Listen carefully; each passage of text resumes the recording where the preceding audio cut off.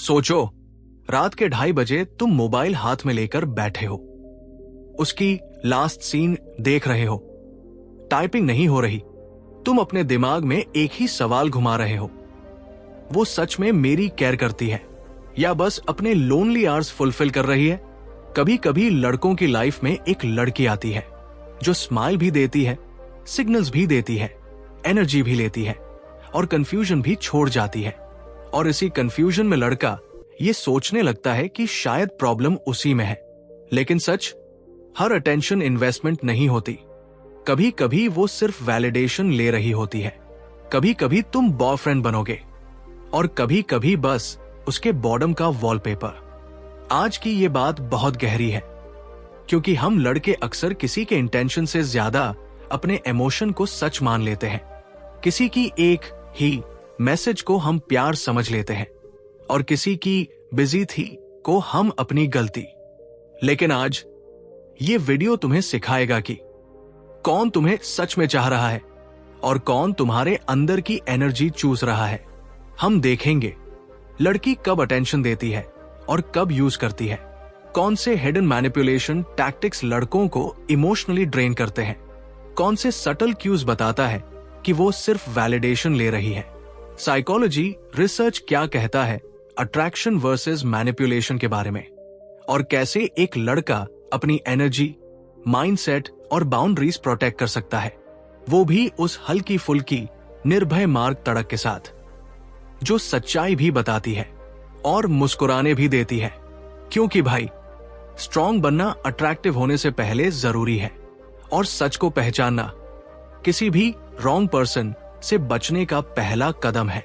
चलिए शुरू करते हैं इस डीप जर्नी को, जहां इंटेंशन साफ होंगे, कंफ्यूजन खत्म होगा और तुम फाइनली समझ पाओगे अटेंशन दे रही है या यूज कर रही है। Chapter 1, attention versus validation. फर्क बहुत पतला है लेकिन जानलेवा है। कई बार एक लड़का इस दुविधा में फंस जाता है कि सामने वाली सच में उसे ध्यान दे रही है या सिर्फ अपने खालीपन को भर रही है। अटेंशन और वैलिडेशन के बीच का फर्क बहुत बारीक होता है, इतना बारीक कि दिल उसे समझ ही नहीं पाता। अटेंशन तब होती है जब बातचीत अपने आप बहती है, शब्दों के बीच वार्मथ होती है और दो लोग बराबर का एफर्ट महसूस करते हैं। वैलिडेशन तब होती है जब वो सिर्फ उस वक्त आती है जब उसे लोनलीनेस की हल्की सी चुभन महसूस होती है, जब उसे अपने ईगो को थोड़ी सी हवा चाहिए होती है, और तब तुम सिर्फ एक रिचार्ज पॉइंट की तरह काम करते हो। बहुत से लड़कों के साथ यही होता है। वो लड़की के हर हे में इंटरेस्ट ढूंढ लेते हैं, हर छोटे से रिप्लाई को अफेक्शन समझ लेते हैं और अपने भीतर चल रही भूख को उसकी हर छोटी सी अटेंशन से भरने की कोशिश करते हैं। असल समस्या यह है कि लड़कों को कभी यह फर्क समझाया ही नहीं गया कि कोई तुम्हें चाह रहा है या कोई तुम्हें नीड नहीं बल्कि कन्वीनियंस की तरह इस्तेमाल कर रहा है। वैलिडेशन वाले लोग इंटेंशन से गलत नहीं होते, बस उनकी आदत होती है कि वो दूसरों की एनर्जी से खुद को टेम्पररीली स्टेबल रखते हैं। जब वो तुम्हें टेक्स्ट करती है यू देयर, तुम तुरंत रिप्लाई करते हो, लेकिन उसे इसकी जरूरत नहीं होती। उसे बस ये जानना होता है कि तुम अभी भी अवेलेबल हो, तुम अभी भी ऑर्बिट में घूम रहे हो, और तुम जिम से लेकर मेट्रो तक पूरे दिन उस 3 शब्दों वाले मैसेज का मीनिंग ढूंढते रहते हो, जबकि उसके दिमाग में तुम सिर्फ उसकी बॉडम का छोटा सा कॉर्नर फिल कर रहे होते हो। मॉडर्न साइकोलॉजी इसे ईगो मेंटेनेंस कहती है। लोग इंटेंशन से मैनिपुलेटिव नहीं होते, पर वो दूसरों की कांस्टेंट अवेलेबिलिटी को अपने कॉन्फिडेंस के लिए इस्तेमाल करते हैं। लड़के इसे मूड स्विंग समझ लेते हैं, लेकिन असल में ये इनकंसिस्टेंसी कभी तुम्हारे बारे में होती ही नहीं। ये उसके अपने अंदर के खालीपन से लड़ाई होती है। मजे की बात यह है कि लड़के दिल से ऑपरेट करते हैं। अगर वो कह दे तुमसे बात करके अच्छा लगा, तो हम अपने दिमाग में 3 साल आगे की फ्यूचर प्लानिंग एक्टिवेट कर देते हैं, जबकि उसके लिए वो सिर्फ एक बोरिंग लेक्चर के बाद मिली थोड़ी सी डोपामाइन थी। यही डिफरेंस है और यही वो सटल ट्रैप है जिसे पहचानना हर लड़के के लिए जरूरी है। चैप्टर 2, मैनिपुलेशन की महीन चालें। वो खेल जो दिखते नहीं लेकिन असर छोड़ जाते हैं। कई बार रिश्तों में चालें जानबूझकर नहीं चलती, वो इंसान की आदतों और इनसिक्योरिटीज से निकलती है। यही वजह है कि मैनिपुलेशन हमेशा विलन जैसा नहीं दिखता। कभी कभी वो एक मीठी मुस्कान, एक अधूरा मैसेज या एक अचानक दिखाए गए कंसर्न की शेप ले लेता है। तुम सोचते हो कि वो धीरे धीरे तुम्हारी तरफ खिंच रही है, लेकिन असल में वो सिर्फ उतनी ही दूरी पर रहती है जितना उसे चाहिए। यही शुरू होता है ब्रेड क्रम्बिंग, जहां वो छोटे छोटे सिग्नल फेंकती है, उतने ही कि तुम उसकी ऑर्बिट में घूमते रहो, लेकिन कभी इतने नहीं कि तुम उसे सच में पकड़ सको। तुम उससे बात करते हो, हंसते हो, उसकी तारीफ करते हो, वो भी जवाब देती है, लेकिन सिर्फ उतना कि कनेक्शन का इल्यूजन बना रहे। वो तुम्हें खोना नहीं चाहती, पर तुम्हें पाना भी नहीं चाहती, क्योंकि तुम्हारे होने से उसे वैलिडेशन, कंट्रोल और कंफर्ट मिलता है। फिर आता है हॉट कोल्ड बिहेवियर, जहां एक दिन तुम उसके फेवरेट पर्सन बन जाते हो और अगले दिन उसके मैसेज लिस्ट में भी जगह नहीं पाते। तुम्हारा दिमाग इसे उसके मूड्स समझता है, लेकिन साइकोलॉजी कहती है कि ये इनकंसिस्टेंसी वो पैटर्न है जिससे वो अपना इमोशनल अपर हैंड बनाए रखती है। हॉट डेज पर तुम्हें अफेक्शन की डोज मिलती है और कोल्ड डेज पर तुम्हें चिंता, और इंसान वही चीज पकड़कर बैठा रहता है जो पहली बार उसे वार्म महसूस कराती है। तुम भी उसी वार्म मोमेंट के पीछे भागते हो, हर बार सोचते हो कि शायद इस बार वो सिंसियर होगी, लेकिन ये साइकिल इंटेंशनली नहीं, इंस्टिंक्टिवली चलती रहती है, क्योंकि उसे पता है कि तुम्हारा दिल स्टेडी है और उसकी दुनिया अनस्टेबल। एक सटल टैक्टिक और होती है ऑर्बिटिंग, जहां वो तुम्हारे पास नहीं आती पर दूर भी नहीं जाती। वो तुम्हारे स्टोरीज देखती है, मैसेजेस का आधा जवाब देती है, तुम्हारी प्रेजेंस को महसूस करवाती है, पर कमिटमेंट और क्लैरिटी से बचती है। ऑर्बिटिंग का साइकोलॉजी बहुत साफ है। वो तुम्हें इमोशनल अवेलेबिलिटी के रूप में रखती है, जैसे बैकअप बैटरी। तुम उसके लिए एक सुरक्षित जगह हो, जहां वो जब चाहे रिटर्न कर सकती है, बिना किसी एक्सप्लेनेशन के। और फनी बात, लड़का हर बार इसे रिकनेक्टिंग समझ लेता है, जबकि वो सिर्फ अपनी लाइफ में एक इमोशनल इंश्योरेंस बनाए रखती है। कभी कभी मैनिपुलेशन और भी स्वीट होती है। कंसर्न ड्रिवन कंट्रोल, वो तुम्हें कहती है कि ये मत करो, वो मत बोलो, मुझसे बात क्यों कम कर दी, और तुम इसे केयर समझ लेते हो। लेकिन साइकोलॉजी कहती है कि जब केयर क्लैरिटी से ज्यादा कंफ्यूजन दे तो वो केयर नहीं, बल्कि सबकॉन्शियस कंट्रोल है। हम लड़के इस ट्रैप में इसलिए फंसते हैं क्योंकि हमें वैलिडेशन की आदत डाल दी जाती है, और जब कोई लड़की थोड़ा भी इंटरेस्ट दिखाती है, हम इसे पूरा अफेक्शन मान लेते हैं। लेकिन कनेक्शन तब होता है जब दो लोग एक दूसरे को देखने के साथ साथ समझते भी हैं, और मैनिपुलेशन तब होती है जब एक ही इंसान दोनों रोल्स निभा ले, गिवर भी और टेकर भी। मैनिपुलेशन हमेशा बुरी नियत से नहीं आती। कई बार लड़की खुद नहीं जानती कि उसका पैटर्न टॉक्सिक है। वो बस अपने लोनलीनेस से भाग रही होती है, अपने फियर ऑफ अबैंडनमेंट को शांत कर रही होती है, या खुद को इंटरेस्टिंग महसूस करवाने की कोशिश कर रही होती है। और इसमें नुकसान सबसे ज्यादा उस लड़के का होता है जो जेन्युइनली केयर करता है। वो अपने दिल की सच्चाई से ऑपरेट करता है और यकीन कर लेता है कि हर नया सिग्नल एक स्टेप फॉरवर्ड है, जबकि वो सिग्नल अक्सर सिर्फ उसके इंतजार की आग को जिंदा रखने के लिए होता है। मैनिपुलेशन का सबसे खतरनाक रूप है इमोशनल रिदम ब्रेकिंग, जब वो तुमसे बात करने के बाद अचानक गायब हो जाती है, फिर एक रैंडम दिन वापस आकर तुमसे पूछती है, मुझे मिस किया? तुम हंसकर बोलते हो हाँ, लेकिन अंदर से तुम जानते हो कि ये सवाल अफेक्शन से नहीं बल्कि एश्योरेंस से पैदा होता है। उसे कंफर्म करना होता है कि उसका इन्फ्लुएंस अभी भी तुम्हारे ऊपर है। और लड़के, हम लोग ऐसी चीजों को प्यार समझने की मासूमियत रखते हैं, जबकि साइकोलॉजी कहती है कि प्यार की कंसिस्टेंसी होती है और मैनिपुलेशन की टाइमिंग।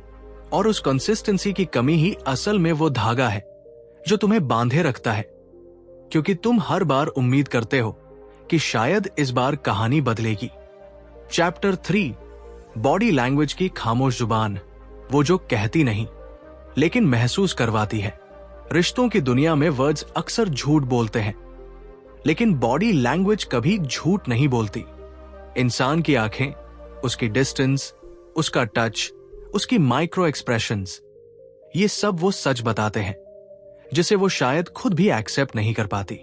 लड़के अक्सर टेक्स्ट पर फंस जाते हैं, पर सच्चाई हमेशा रियल लाइफ सिग्नल्स में छुपी होती है। किसी लड़की के मन में तुम्हारे लिए क्या जगह है, ये उसका चेहरा उससे पहले बता देता है, जितना उसके शब्द कभी नहीं बताएंगे। जब वो तुमसे बात करते हुए बार बार नजरें चुरा लेती है, तो ये शाइनेस नहीं होती, ये इमोशनल अवॉइडेंस होता है। असली इंटरेस्ट में आंखें भागती नहीं, टिकती है। एक हल्का सा पॉज आता है, जैसे उसकी नजरें तुम्हारी आंखों से कुछ पढ़ना चाहती हो। लेकिन जब गेज टूटती रहती है, कॉन्वर्सेशन में वार्मथ नहीं आती और वो हर मोमेंट को जल्दी जल्दी रैप करना चाहती है, तो ये सिग्नल है कि वो तुमसे जुड़ नहीं रही, बस इंटरैक्शन निभा रही है। जिस तरह वो तुम्हारे पास खड़ी होती है, वो भी सब कुछ बता देता है। अगर वो हमेशा थोड़ा डिस्टेंस बनाकर रखती है, जैसे उसके और तुम्हारे बीच कोई इनविजिबल दीवार हो, तो इसका मतलब है कि वो कंफर्ट नहीं बनाना चाहती। साइकोलॉजी में इसे क्लोज्ड प्रॉक्सिमिटी बिहेवियर कहते हैं, जहां इंसान सबकॉन्शियसली उन लोगों से फिजिकल स्पेस बढ़ाता है जिनसे इमोशनल कनेक्शन नहीं बनाना चाहता। पर फनी बात यह है कि लड़के इसे अक्सर वो शाय है समझ लेते हैं, जबकि असल में शाय लड़की भी उस इंसान के करीब आकर बैठती है जिसे वो ट्रस्ट करती है। डिस्टेंस सिर्फ बॉडी का नहीं होता, दिल का भी होता है। टच भी एक लैंग्वेज है। वो कैजुअली तुम्हारे हाथ को छू ले, शोल्डर टैप करे, या तुम कुछ फनी बोलो तो प्लेफुल टच दे, ये जेन्युइन कंफर्ट का सिग्नल है। लेकिन अगर वो हमेशा एक सेफ जोन मेंटेन करे, टच से अवॉइड करे, या तुम्हारे पास आते ही बॉडी स्टिफ हो जाए, तो ये क्लियर साइन है कि उसकी एनर्जी तुम्हारी तरफ फ्लो नहीं हो रही। इंसान वही रिलैक्स्ड होता है जहां दिल खुलता है, और जहां दिल बंद हो, वहां बॉडी भी गार्डेड हो जाती है। ये गार्डिंग लड़कों को अक्सर दिखाई देती है, पर हम उसे इग्नोर कर देते हैं, ये सोचकर कि शायद वो फॉर्मल है, पोलाइट है, इंट्रोवर्ट है। पर असलियत यह है कि जहां अट्रैक्शन होता है, वहां बॉडी लैंग्वेज खुद ब खुद मेल्ट हो जाती है। फिर आता है माइक्रो एक्सप्रेशन, वो एक सेकंड का चेहरा जो उसे खुद नहीं पता चलता, पर सारा सच बता जाता है। तुम उसे अचानक दिख जाओ और उसकी आंखों में एक जेन्युइन चमक आ जाए, एक छोटा सा लिफ्ट उसके चीक्स पर दिखे, आंखें थोड़ा फैले। ये शरीर का सबसे सच्चा I am happy to see you होता है। और अगर रिएक्शन फ्लैट हो, या मजबूर सी मुस्कान आए, या ओहे में वो जेन्युइन वार्मथ ना हो, तो कनेक्शन उस लेवल पर मौजूद ही नहीं है जिस लेवल पर तुम समझ रहे हो। लड़के अक्सर वर्ड्स के पीछे छुपे मीनिंग ढूंढते रहते हैं, जबकि बॉडी पहले ही सब बता चुकी होती है। एक सटल सिग्नल और होता है मिरर बिहेवियर। जब कोई लड़की तुम्हें जेन्युइनली पसंद करती है, तो वो अनकॉन्शियसली तुम्हारी पोस्चर, टोन, पेस को मिरर करने लगती है। तुम थोड़ा झुको तो वो भी झुकती है, तुम हंसो तो वो नेचुरली हंसती है, तुम किसी चीज में इंटरेस्ट दिखाओ तो वो भी ज्वाइन करती है। ये शरीर का एवोल्यूशनरी तरीका है बॉन्डिंग क्रिएट करने का। लेकिन जब कोई मिरर नहीं करती, या अपोजिट डायरेक्शन में बैठती है, या तुम्हारी एनर्जी को अडॉप्ट नहीं करती, तो अट्रैक्शन का लेवल लो होता है। हम लड़के इसे शायद ही नोटिस करते हैं, पर यह सबसे स्ट्रॉन्ग क्यूज में से एक है, और सबसे गहरा, सबसे फाइनल सिग्नल एफर्ट की बॉडी लैंग्वेज। जब लड़की तुमसे बात करते वक्त जेन्युइनली प्रेजेंट रहती है, तो उसका टोर्सो तुम्हारी तरफ नेचुरली टर्न होता है, शोल्डर्स रिलैक्स्ड रहते हैं, और उसकी अटेंशन डिस्ट्रैक्ट नहीं होती। लेकिन जब वो साइडवेज खड़ी होती है, बार बार फोन देखती है, कॉन्वर्सेशन को जल्द खत्म करने की कोशिश करती है, तो उसका दिल कहीं और होता है, बस समय तुम्हारे साथ। बॉडी कभी लाई नहीं करती, लाई सिर्फ इंटरप्रिटेशंस करती है, और इंटरप्रिटेशंस लड़कों के दिल अक्सर खुद से बना लेते हैं। बॉडी लैंग्वेज वो चैप्टर है जिसे हर लड़के को सीखना चाहिए, क्योंकि इसमें वो बातें लिखी हैं जो वर्ड्स कभी नहीं बताएंगी। कौन सच में तुम्हें देख रहा है, और कौन सिर्फ तुम्हारे होने का फायदा ले रहा है। चैप्टर 4, टेक्सटिंग साइकोलॉजी शब्दों की नहीं, पैटर्न की कहानी होती है। आजकल रिश्ता शब्दों से कम टाइपिंग बबल से ज्यादा चलने लगा है। लोग बातें कम करते हैं, बट रिप्लाईज का टाइमिंग, टोन और पैटर्न असली फीलिंग्स बता देते हैं। और सबसे ज्यादा लड़के इसी जगह फंसते हैं, मैसेजेस को पढ़ने में नहीं, उन्हें इंटरप्रेट करने में। तुम दिन भर सोचते रहते हो कि उसने हम क्यों लिखा, हार्ट इमोजी क्यों नहीं भेजा, रिप्लाई लेट क्यों किया, और टाइपिंग आकर अचानक गायब क्यों हो गई।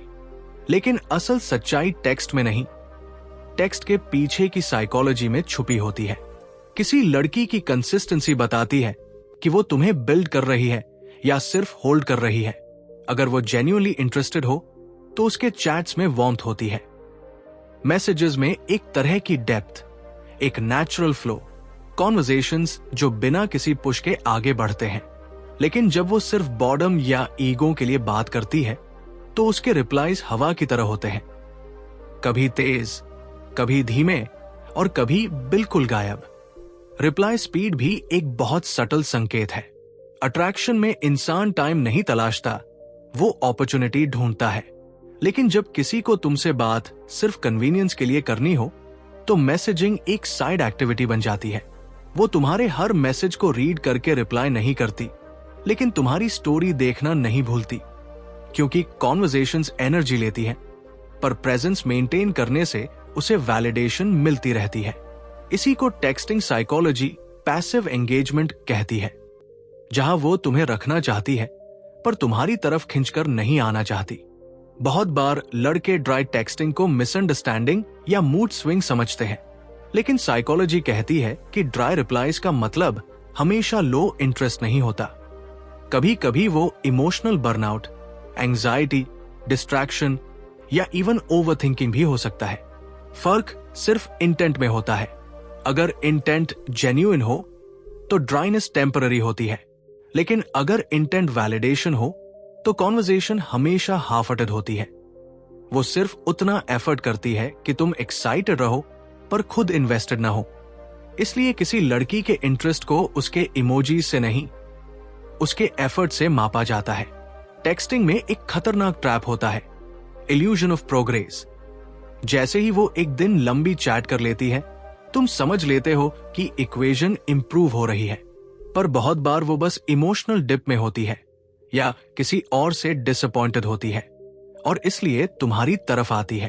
अगले ही दिन वो फिर डिस्टेंट हो जाती है और तुम इस रोलर कोस्टर को अट्रैक्शन समझने लगते हो। लेकिन सच्चाई यह है कि कोई भी लड़की अगर तुम्हें जेन्युइनली पसंद करती है तो मैसेजिंग में एक सॉफ्टनेस, एक कंसिस्टेंसी, एक रिदम महसूस होती है। वो ब्रेक नहीं होता। सबसे साइलेंट लेकिन सबसे पावरफुल इंडिकेटर होता है कॉन्वर्सेशन का डायरेक्शन। अगर हर बार टॉपिक तुम शुरू करते हो, सवाल तुम पूछते हो और चैट का वेट तुम उठाते हो, तो ये इम्बैलेंस बताता है कि कनेक्शन एक तरफा है। जेन्युइन इंटरेस्ट में लड़की कॉन्वर्सेशन को भी उतने ही प्यार से कैरी करती है जितना तुम करते हो। और जब कोई तुम्हारे सवालों का जवाब दे देती है लेकिन खुद कोई नया सवाल नहीं पूछती, तो वो एंगेजमेंट नहीं, पोलाइटनेस होती है। और फिर आता है टेक्सटिंग का वो हिस्सा जिसमें लड़के सबसे ज्यादा गिरते हैं, अटैचमेंट ऑफ इमेजिनेशन। वो एक क्यूट सा मैसेज भेज देती है और तुम पूरे दिन उसके बारे में सोचते रहते हो। वो लेट रिप्लाई दे देती है और तुम अपनी वैल्यू उठा गिरा लेते हो। लड़के टेक्स्ट को रियलिटी बनाकर देखते हैं, जबकि लड़कियां टेक्स्ट को मूड की तरह ट्रीट करती है। आता है, जाता है, बदलता है, बहता है। इसलिए टेक्सटिंग में पैटर्न्स को ऑब्जर्व करना इंटेंशंस को समझने से कहीं ज्यादा जरूरी है, क्योंकि आखिर में मैसेज शब्द नहीं होते, मैसेज इंटेंशंस होते हैं। और इंटेंशंस वही समझ सकता है जिसने इमोजीज के पीछे छुपी खाली जगहों को पढ़ना सीख लिया हो। Chapter 5 energy vampires. वो लोग जो तुम्हें नहीं चाहते, सिर्फ तुम्हारी रोशनी चाहते हैं। कई रिश्ते प्यार से नहीं टूटते, थकावट से टूटते हैं। ऐसे लोग जिंदगी में कभी कभी चुपके से आते हैं, तुम्हारे साथ बैठते हैं, तुम्हारी बातें सुनते हैं, तुम्हारी मुस्कानें लेते हैं, तुम्हारी एनर्जी सोख लेते हैं। और जब तुम थककर गिर पड़ते हो तब उन्हें एहसास भी नहीं होता कि उन्होंने क्या ले लिया। इन्हें साइकोलॉजी में एनर्जी वैम्पायर्स कहा जाता है, पर असल में ये किसी डरावनी फिल्म के खलनायक नहीं होते। ये वो इंसान होते हैं जो प्रेम नहीं, सिर्फ प्रेजेंस चाहते हैं, कमिटमेंट नहीं, कंफर्ट चाहते हैं, तुम्हें नहीं, तुम्हारी वार्मथ चाहते हैं। और लड़के जो दिल से ऑपरेट करते हैं वो अक्सर ऐसे लोगों को प्यार समझ लेते हैं। तुम्हें कभी ऐसी लड़की मिली होगी जो खुद से अनहैप्पी रहती है, पर तुम्हारी गर्मजोशी से उसकी दुनिया कुछ देर के लिए ठीक हो जाती है। तुम्हारी कॉम्प्लीमेंट से उसका ईगो भरता है, तुम्हारी अवेलेबिलिटी से उसका लोनलीनेस कम होता है, और तुम्हारी काइंडनेस से उसकी इनसिक्योरिटी शांत होती है। लेकिन खाली पेट तुम्हारे शब्दों से अपना पेट भरने का मतलब ये नहीं कि वो तुम्हें चाहती है। एनर्जी वैम्पायर्स का प्यार पानी की तरह होता है। उसे शेप तुम देते हो, डेप्थ तुम देते हो, पर वो खुद कभी कांस्टेंट नहीं रहता। वो तब तुम्हें ढूंढती है जब उसकी दुनिया अस्थिर हो, कभी जब वो एंग्शियस हो, कभी जब वो बोर्ड हो, और कभी जब उसे किसी तरह की इमोशनल रिचार्ज चाहिए हो। लेकिन जैसे ही उसकी बैटरी भरती है वो तुम्हें वही छोड़कर चली जाती है, जैसे कि तुम कोई गलती नहीं, बस एक सुविधा थे। इन रिलेशनशिप्स में सबसे दर्दनाक हिस्सा ये होता है कि तुम जितना देते हो उतना खाली महसूस करते जाते हो। वो तुमसे एम्पैथी लेती है तुम्हारी, लेकिन बदले में वो अपना दिल खोलकर कभी कुछ नहीं देती। वो तुमसे अटेंशन लेती है, लेकिन तुम्हारी अटेंशन रखने के लिए एफर्ट नहीं करती। जब तुम्हें उसकी सबसे ज्यादा जरूरत होती है वो बिजी हो जाती है, और जब उसके पास कोई नहीं होता वो मिस यू लिखकर गिर पड़ती है। इस तरह का व्यक्ति तुम्हें कभी ओपनली हर्ट नहीं करेगा, बस धीरे धीरे हॉलो कर देगा, तुम्हें ऐसा महसूस कराते हुए कि तुम काफी नहीं थे, जबकि असल में तुम बहुत ज्यादा थे। एनर्जी वैम्पायर्स का चार्म बहुत ही खतरनाक होता है। वो इमोशनली फ्रेजाइल दिखते हैं, जिससे तुम्हें लगता है कि तुम ही उनका सहारा हो, तुम ही वो इंसान हो जो उन्हें समझ सकता है। तुम उन्हें फिक्स करना चाहते हो, हील करना चाहते हो, प्रोटेक्ट करना चाहते हो, लेकिन इन्हें फिक्स करने की कोशिश करना ऐसे है जैसे बिना तली वाली बाल्टी में पानी भरना। जितना डालो सब बह जाता है, और जब तुम्हारी एनर्जी खत्म हो जाती है वही लोग तुम्हें इनसेंसिटिव या डिस्टेंट कहकर गिल्ट भी दिला देते हैं। वो अपनी ही एम्प्टीनेस को तुम्हारी जिम्मेदारी बना देते हैं, और तुम इसे प्यार समझकर निभाते रहते हो। सबसे सटल और बेहद खतरनाक पैटर्न ये होता है कि ऐसे लोग तुम्हें कभी पूरी तरह जाने नहीं देते। जब तुम दूर होने की कोशिश करते हो वो वापस आकर स्वीट मैसेजेस भेजते हैं। I don't know why but I feel safe with you, you understand me so well, yeah just needed someone to talk to. और तुम फिर मेल्ट हो जाते हो, क्योंकि तुम्हें लगता है कि शायद इस बार वो बदली है। लेकिन नहीं, ये सिर्फ कंट्रोल की आखिरी डोर होती है जो उन्हें तुम्हारी एनर्जी तक दोबारा पहुंचा देती है। एनर्जी वैम्पायर्स का पैटर्न ये नहीं होता कि वो तुम्हें हर्ट करना चाहते हैं, वो बस अपनी इंटरनल एम्प्टीनेस को भरने के लिए किसी स्टेडी सोल की तलाश करते हैं। और स्टेडी सोल्स अक्सर वही लड़के होते हैं जो दिल से सिंपल, लॉयल और एम्पैथेटिक होते हैं। दुनिया में सबसे ज्यादा इस्तेमाल इन्हीं लड़कों का होता है, क्योंकि ये लोग न प्यार आधा दे पाते हैं न ध्यान आधा चाहते हैं, और ऐसे लोग आधे दिल वालों के लिए सबसे आसान टारगेट बन जाते हैं। पर सबसे बड़ी सच्चाई यही है, कोई इंसान तुम्हारी एनर्जी तभी चुराता है जब तुम उसे अपना दिल एक्सेस देते हो। बाउंड्रीज की कमी, ओवर गिविंग का पैटर्न और अपनी ही वर्थ को कम समझना, ये सब एनर्जी वैम्पायर्स को तुम्हारी तरफ खींचता है। तुम महसूस करते हो कि तुम ही गलत हो, लेकिन असल में तुम बस गलत लोगों को सही हिस्सा दे रहे होते हो। ऐसे लोग तुम्हें कभी नहीं बताएंगे कि तुमने उनकी जिंदगी बेहतर बनाई है, लेकिन तुम्हारा थक जाना यही उनका प्रूफ है कि तुमने दी थी। चैप्टर 6, बाउंड्रीज, सेल्फ वर्थ और सच्चा अट्रैक्शन, जहां तुम खुद की तरफ लौटते हो। जिंदगी में एक समय ऐसा आता है जब इंसान दूसरों को समझते समझते खुद को खो देता है। रिश्तों में लड़के अक्सर इतना दे देते हैं कि उन्हें पता ही नहीं चलता कि उनका अपना कप कब खाली हो गया। बाउंड्रीज की कमी सिर्फ तुम्हें दूसरे इंसान के चक्कर में कमजोर नहीं करती, बल्कि धीरे धीरे तुम्हारी आइडेंटिटी भी खाकर चली जाती है। बाउंड्रीज का मतलब किसी को दूर रखना नहीं होता, बल्कि खुद को टूटने से बचाना होता है। इस बात का एहसास कि तुम वो जगह हो जिसे हर कोई एक्सेस नहीं कर सकता। हर अच्छा लड़का ये मिस्टेक करता है कि वो अपनी काइंडनेस को अनलिमिटेड समझ कर देता रहता है, और बाद में एहसास होता है कि प्यार हमेशा देने की नहीं, प्रोटेक्ट करने की भी चीज है। बाउंड्रीज वो इनविजिबल लाइंस है जो बताते हैं कि तुम खुद को कितना महत्व देते हो, और इंसान दूसरों से नहीं, खुद की नजरों से गिरकर टूटता है। सेल्फ वर्थ की यात्रा कठिन होती है, क्योंकि ये बाहर नहीं, अंदर से शुरू होती है। जब तक तुम खुद को वैल्यूएबल नहीं मानते, तुम्हें पता भी नहीं चलेगा कि कोई तुम्हारे साथ कैसा व्यवहार कर रहा है। तुम ओवरथिंकिंग को लॉयल्टी समझोगे, डिसअपॉइंटमेंट को सैक्रिफाइस और डिसरिस्पेक्ट को मिसअंडरस्टैंडिंग। पर सेल्फ वर्थ का मतलब है खुद को इतने प्यार से देखना कि तुम गलत अटेंशन को भी ना कह सको। अट्रैक्शन कभी भी हर्टफुल नहीं होता। जो प्यार तुम्हें थका दे वो अट्रैक्शन नहीं, वो अटैचमेंट है, और अटैचमेंट हमेशा डर से पैदा होती है। डर खोने का, डर अकेले होने का, डर खुद को एक्सेप्ट करने का। लेकिन जो लड़की सच में तुम्हें चाहती है वो तुम्हें कंफ्यूज नहीं करती। उसके वर्ड्स और एक्शंस का रिदम एक होता है। उसकी आंखों में वार्मथ होती है, उसके एफर्ट्स में कंसिस्टेंसी, उसकी बातों में क्लैरिटी। सच्ची लाइकिंग हिचकिचाती नहीं, और सच्ची इंटेंशन छिपती नहीं। बाउंड्रीज वही जम लेती है जहां तुम फाइनली डिसाइड करते हो कि अब बस, जहां तुम चूज करते हो कि तुम्हारी एनर्जी सिर्फ उन लोगों के लिए होगी जो उसकी रिस्पेक्ट करते हैं।